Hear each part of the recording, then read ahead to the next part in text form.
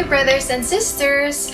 My name is Julie. I was born in Cebu, but I am currently here in Japan and I am working as an assistant language teacher.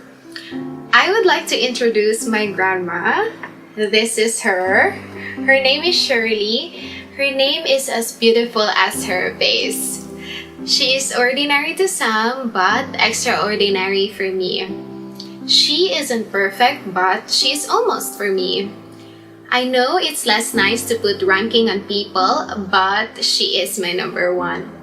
She mainly took care of me since I was little. She is my Wonder Woman. She is funny at times, and she is terribly missed. It was September of 2020 when my grandma was rushed to the hospital with the same reason why she was rushed to the hospital in the prior year. I got video called and I saw her on the hospital bed supported with oxygen. They were in a tent because the hospital was filled with COVID-19 patients and she was still able to speak and was looking fine at that time. But 2 days after, we were advised that she should be in the ICU because her lungs were failing. During that time, the ICU was even stricter with their visiting rules. Visitors should take PCR tests. It was costly as we also had to provide for the medications. The medical bills were insane. I can still remember those desperate moments of praying to God that He will provide. As a family, we struggled. I was stressed because I was also the one who earns more since some of our family members were retrenched from work. The stress of also being away made me depressed. I have never been so down. I sometimes find myself crying even when I was doing random things, begging to God to heal my grandma, provide our needs, and help us go through those difficult times. Within almost 2 months that she was in the ICU, I had this one lucky day of being able to talk with her via video call. And I saw how tired she was. She has tubes everywhere and she couldn't talk. I told her everything I want to tell her, and the only word she said, which can be read on her lips, was the word ampo. Ampo is a Cebuano word which means pray. Grandma would always tell us to pray. Pray when you're happy, pray when you're sad, pray when you're confused, pray even when you were feeling great, pray even when you're busy, pray even when things are going right, pray. And so I kept praying. I prayed with my best friend daily for her recovery. We would call each other and utter our prayers. I would pray, Lord, please let my mama Shirley go home. Please heal her fully. Please provide our needs. Please strengthen us during these tough times. And God heard it.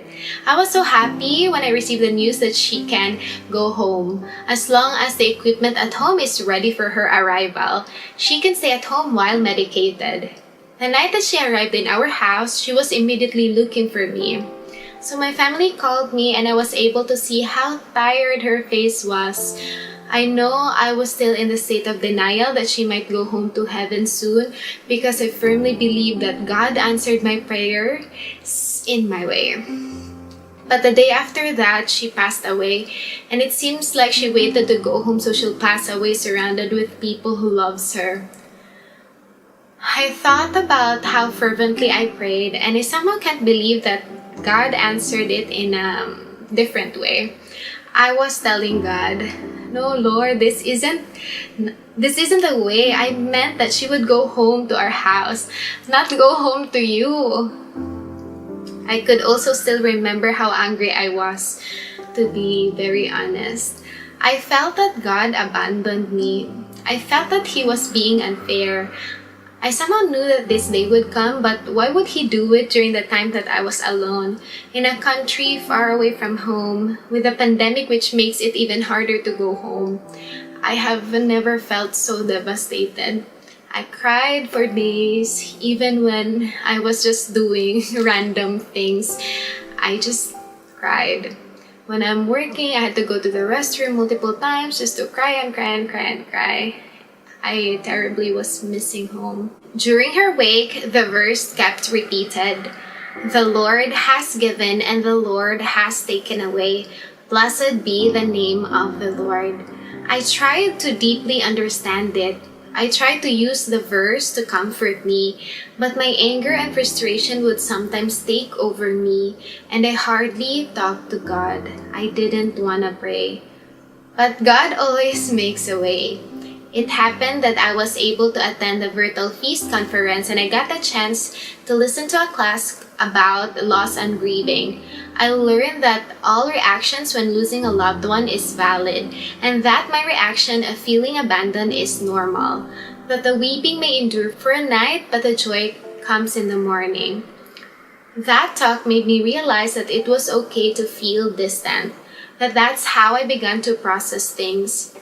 The feeling of abandoned instantly changed during the feast conference when I heard Sister Bethany said, "Close your eyes and breathe. Imagine the moment when you are being conceived and God says, 'Not another day without you. I want you. I choose you.'" It was an indescribable moment. I felt God's love embracing me, and slowly I took refuge in God. I said sorry for being angry, and I prayed that He would strengthen me and that He would comfort me and guide me through what's going on. And as always, He didn't fail. He sent me people I can talk to about Him and my current journey of healing. He sent me to places I can enjoy nature with.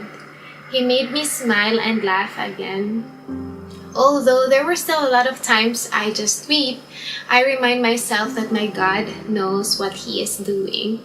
I find comfort in knowing that God is my refuge, that He already did it and He will do it again. I find comfort in knowing that my hurt means I have loved and I was loved, that my healing is a testimony of how God works. I hope we all take refuge in God's promises that wherever we are, He will be there guiding us through to a better us. He will make us a blessing so we can be a blessing too.